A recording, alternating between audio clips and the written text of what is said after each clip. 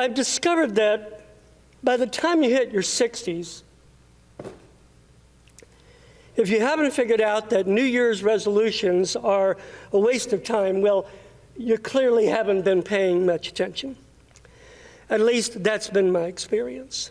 However, in the first week of 2020, I did register what we'll call a New Year's matter of concern when I met with my Christian accountability group at about 7 a.m. on the first Tuesday morning of this year.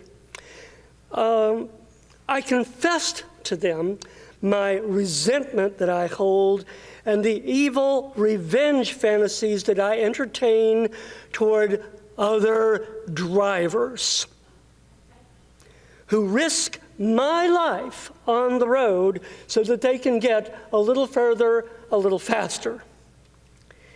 And I won't go into any great gory detail about my rich fantasy life in this area. Sufficient to say, turning the other cheek is not the first thing on my mind. The alternative to all this anger and resentment is, of course, the peace of loving your enemy and the balm of forgiveness.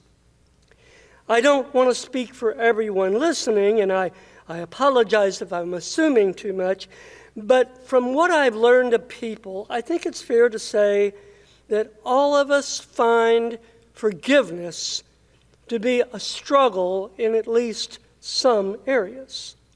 Now, that's not true of all areas in our life. There are some things that we all seem to find it easy to forgive, and that will be different things for different people. But in some areas of life, we'll congratulate ourselves on our tolerance, our patience, our graciousness of spirit. What good boys and girls we are.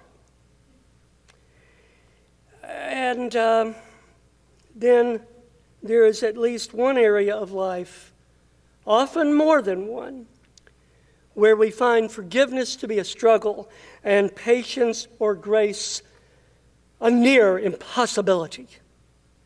And if we are decent people, after the flare-up of our inner rage dies down into an ember, we feel the guilt of knowing that we are really not the people we would urge our children and our grandchildren to be.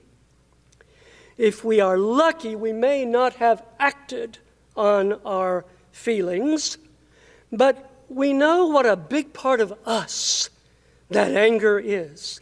And we know that this can't be a good thing for us or for the world. We know we should be more forgiving, but we don't know how to find that within ourselves when it doesn't just occur naturally out of our feelings. So I guess what we need to do is think this through. Now, I always like to start with definitions. If we want to be more forgiving, let's think together about what forgiveness is, or what it can be. First of all, we need to let go of unattainable, fantastical, romanticized impossibilities. Forgive and forget is one of those fantasy stories that we tell ourselves. The truth is, we can't forget, and that is the reason why it is so important that we learn to forgive. I can't always remember where I put my keys if I don't put them in the right place when I first walk in the house. But let me tell you something, folks. I can remember insults and injustices at my middle school bus stop from 52 years ago. I can remember the exact words and the exact tone of voice. We can forget some things, but the science tells us we're always going to remember anything painful or traumatic. Hurts, slights, betrayals, and punishing experiences linger long after the memory of other better things is lost. Forgiveness cannot be about forgetting, except in an as if, metaphorical sense, as if we didn't remember. So let's lay that impossibility aside. There is no need to feel guilty that we still remember with some anger the hurts from our childhood or the slights of last week. That is human nature and something that is never going to go away. If forgiveness cannot be about forgetting, sometimes it cannot always be about restoring a broken relationship, as nice as that idea might sound in theory. In the Christian churches that I have served, the model of Christ is understandably lifted up as a standard that we need to all strive to meet. The God who suffers to restore a broken relationship with humanity, a humanity often indifferent or hostile to the God who loves them. Striving to meet that standard, suffering wives have gone back to abusive husbands because not to do so would not be forgiving. And betrayed parents have reached out to restore relationships with children who are habitual liars and users. And usually, noble as these efforts might seem, they usually don't end well. There are people in this world who are so selfish and hurtful that we need to stay away from them. No matter how much we may love them, like their company, or care about their well-being.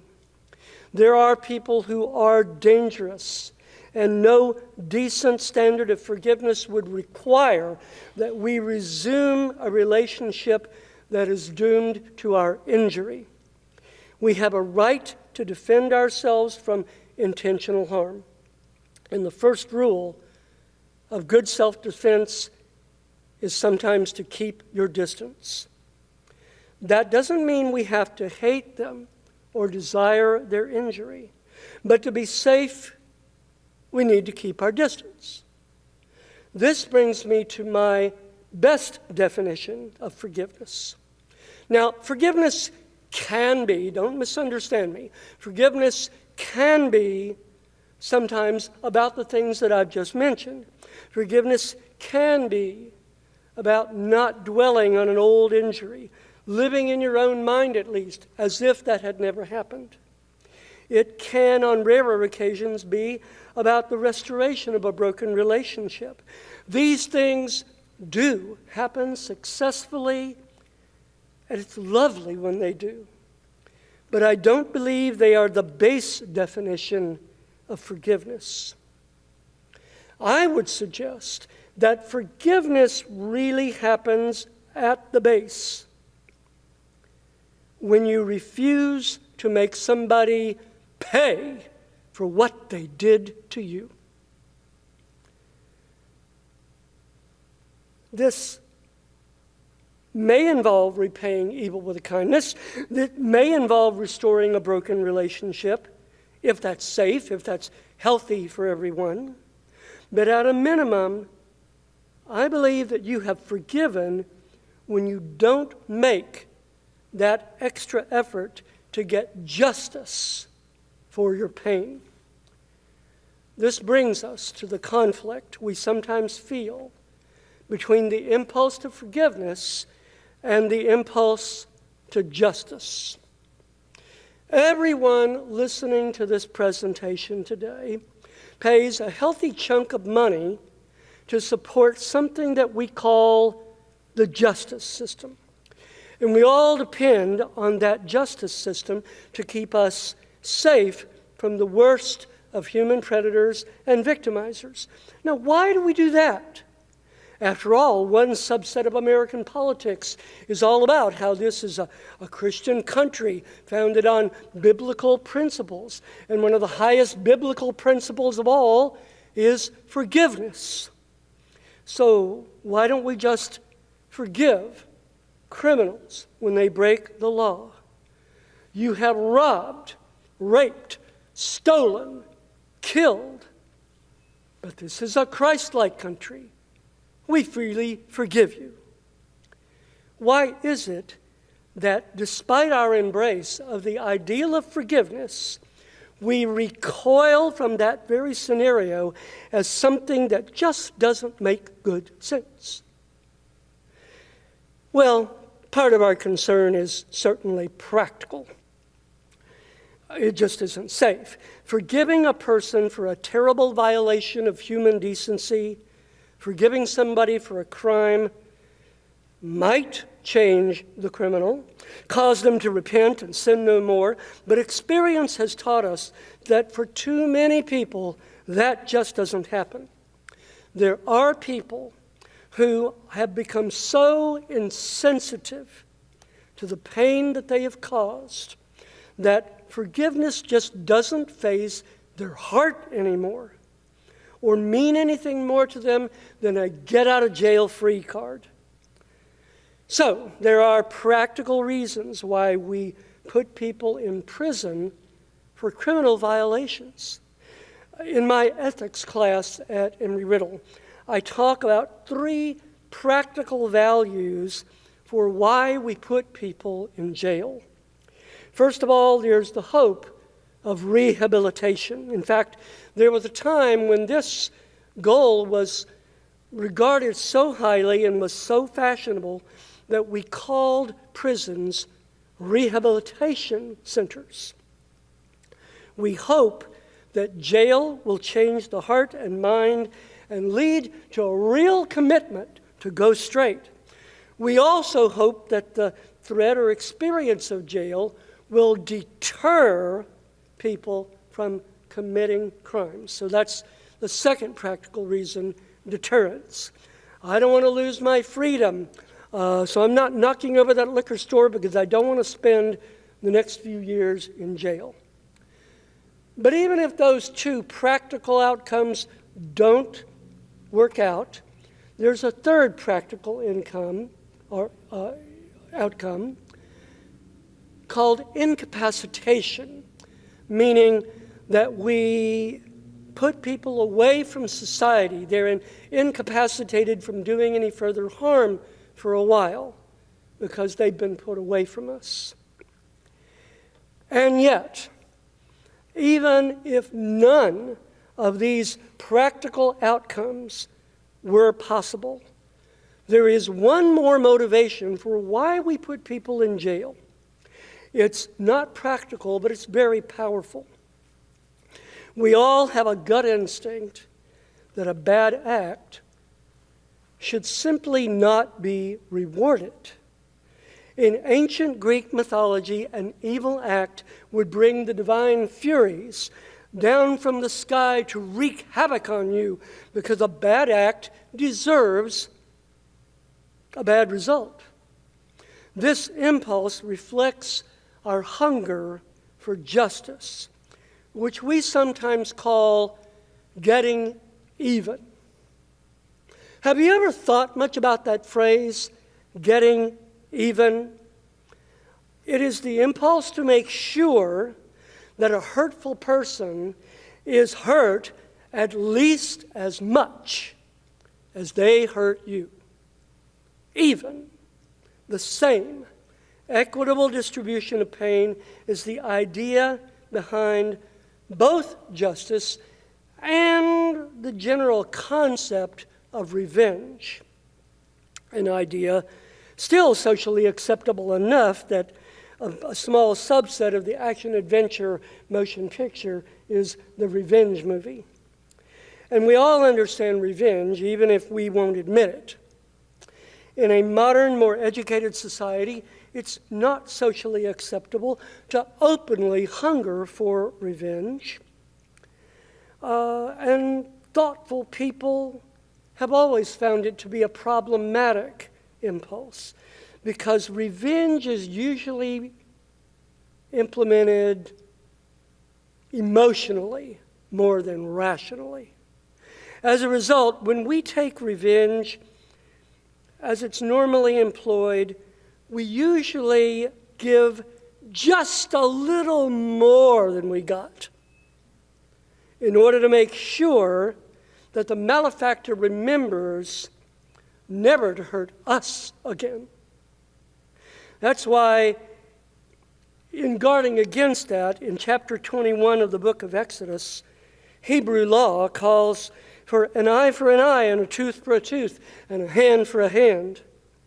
Not to give license for revenge, but to put constraints on it so that people don't take 2 eyes for one or a whole mouthful of teeth because of having knocked out one tooth. This seeks to ensure the administration of justice, not wild vengeance. And it's also a reminder that passage in the Old Testament is a reminder that justice is needful. Justice can even be good and important. The solution we have found to the inevitable natural hunger to get even after an injury has been the creation of justice systems. That is, formal courts made up of impartial judges and juries with no personal stake in the outcome of a fair trial. Such a system calls for professional and, again, impartial investigation with a matched set of lawyers to represent either side. So when somebody is seriously injured by somebody, we can protect and care for them with an impartial justice system. The system we have in the real world has its problems with being impartial, with being fair. But anytime any one of us is seriously harmed by another, we're usually grateful that whatever its faults, some sort of system is there for our protection. So we need protection from those who are not morally or sensibly restrained. Hence, an abused woman has recourse to the courts if she will take it. Sometimes abused women refuse to do this for fear that it will not be forgiving. But the truth is that for her own protection and for the protection of every other woman that man ever meets, she has a duty to seek justice for her abuse in order to restrain that evil. You can still love someone. You can still care for someone. You can still forgive someone, but at the same time restrain their evil or punish their dangerous carelessness through the justice system. I saw a powerful example of this balance between forgiveness and justice on the news this past 2019. In Houston, a female police officer accidentally entered an apartment that she thought was her own apartment, but it was the apartment of another man. She shot and killed the occupant of that apartment. The officer was found guilty of murder. And during the sentencing portion of her trial, one of the brothers of the man who had been killed asked the judge if he could give the officer who killed his brother a hug. He forgave her personally. Now you'll note, he did not request a lighter sentence for her, but he offered a hug as a moment of personal forgiveness because he did not wish to be consumed by the hunger for revenge. It was an ethically necessary thing to punish this officer for an act of egregious carelessness and violence. It was not necessary to hate her in the process. Justice demanded a reasonable punishment to restrain the aggressive recklessness of this case. But there was a need there. There was a need to balance all these things. Something had been thrown out of whack by this terrible deed, and there needed to be some balance here. The philosopher Plato once said, and listen to this, he said, justice is about harmony. Justice is about harmony.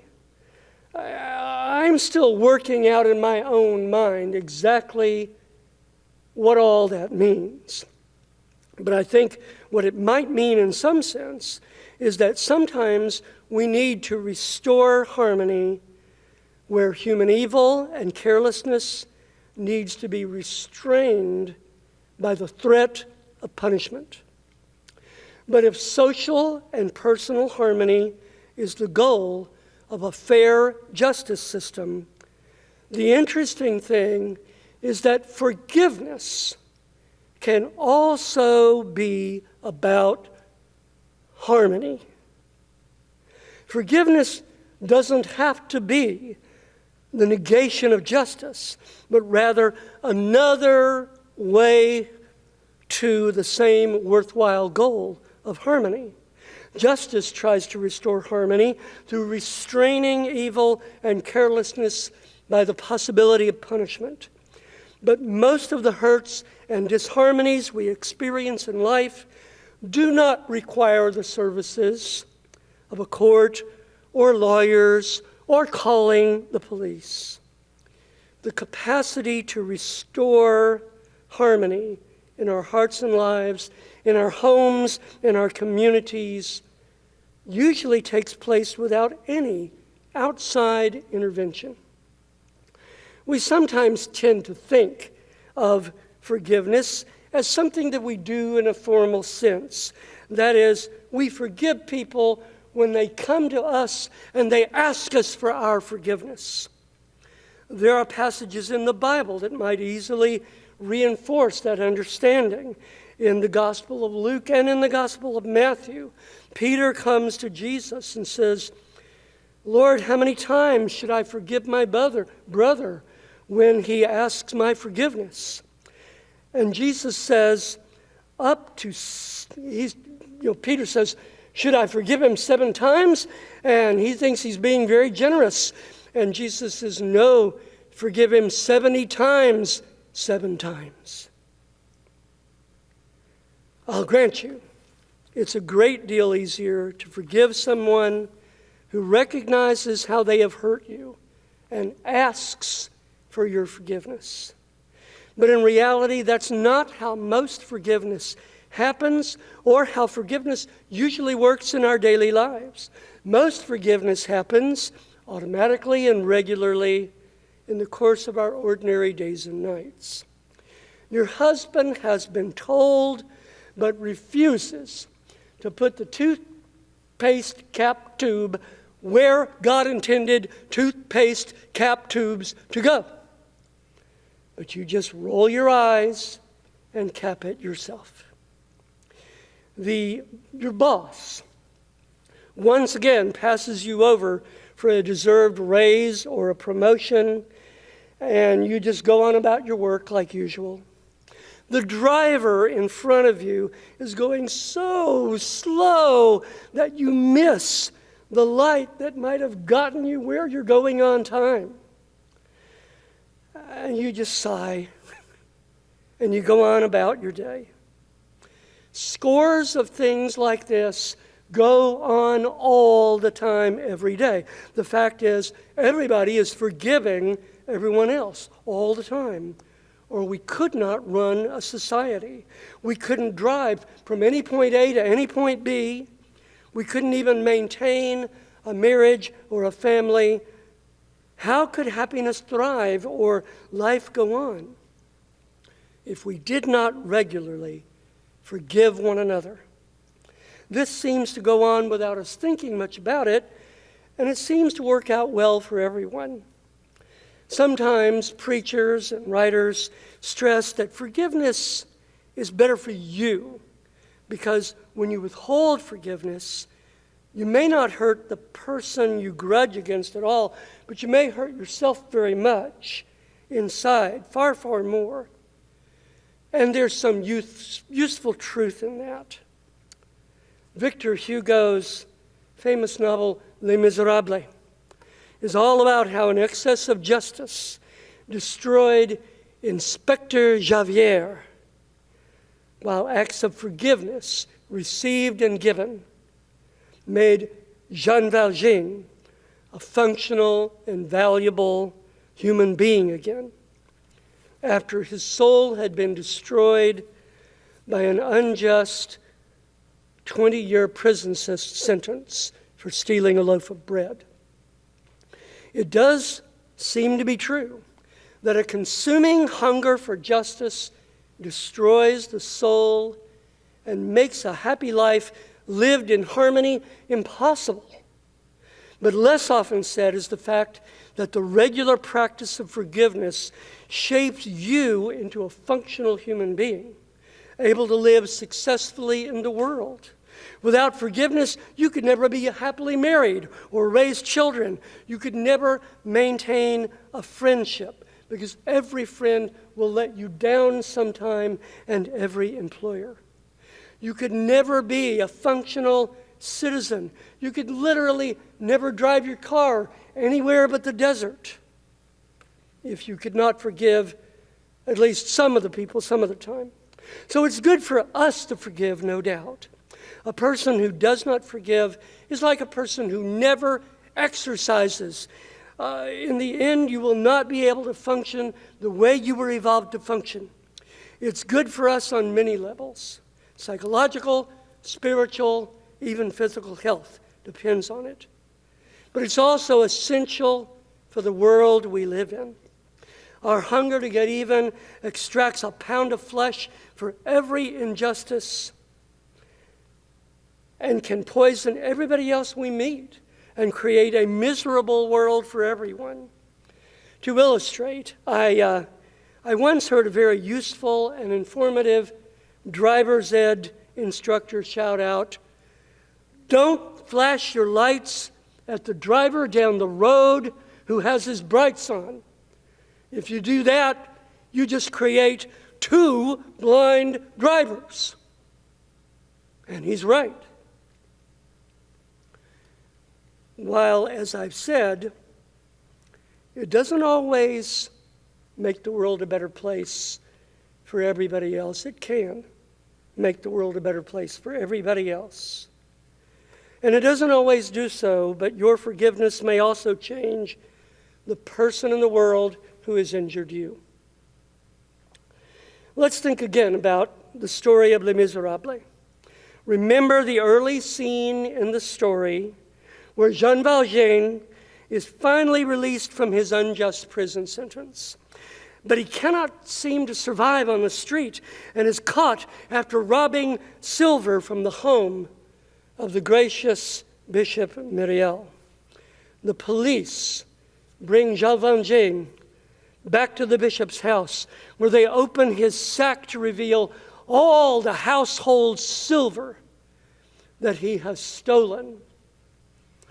And the bishop looks at Jean Valjean and says, "But my friend, you forgot the silver candlesticks." Think how Jean Valjean's life would have changed if the bishop, in his moment of true injury and very much deserving of justice, had said, "Send this animal back to prison where he belongs." How much darker the world would have become without the gracious Jean Valjean, who grew out of that moment of grace and forgiveness. We change the world one little act of grace at a time, one injury at a time, one person at a time. Not every time with every person, but think how much more harmony exists all around us because we forgive others and others forgive us. By holding within myself the power to forgive, I always have the freedom to live a better, happier life. Forgiveness isn't just a feeling that sometimes comes naturally in some situations. It is an act of the will in which I can choose to treat others as I would want to be treated. To conclude here, some thinkers tend to dismiss religious aspirations as a kind of wish fulfillment. If so, forgiveness is certainly high on our list of wishes. At one time or another, we all wish with all our heart for forgiveness.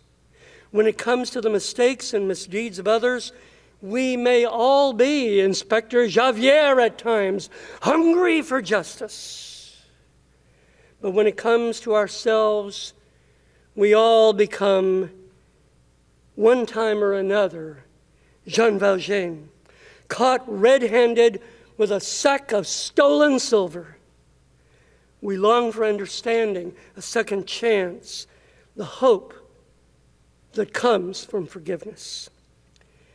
Just and fair and harmonious as an eye for an eye and a tooth for a tooth may be, without the forgiveness that comes of loving our neighbor, we become a blind world with no vision and a toothless world that cannot nourish itself.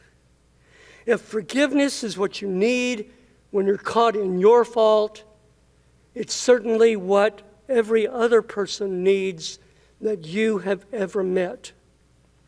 The one thing most essential to human peace and dignity and hope and harmony. I can only leave you with a quote from the late 19th century Irish minister John Watson, the proper source of an old saying: "Be kind, for everyone you meet is fighting a very hard battle."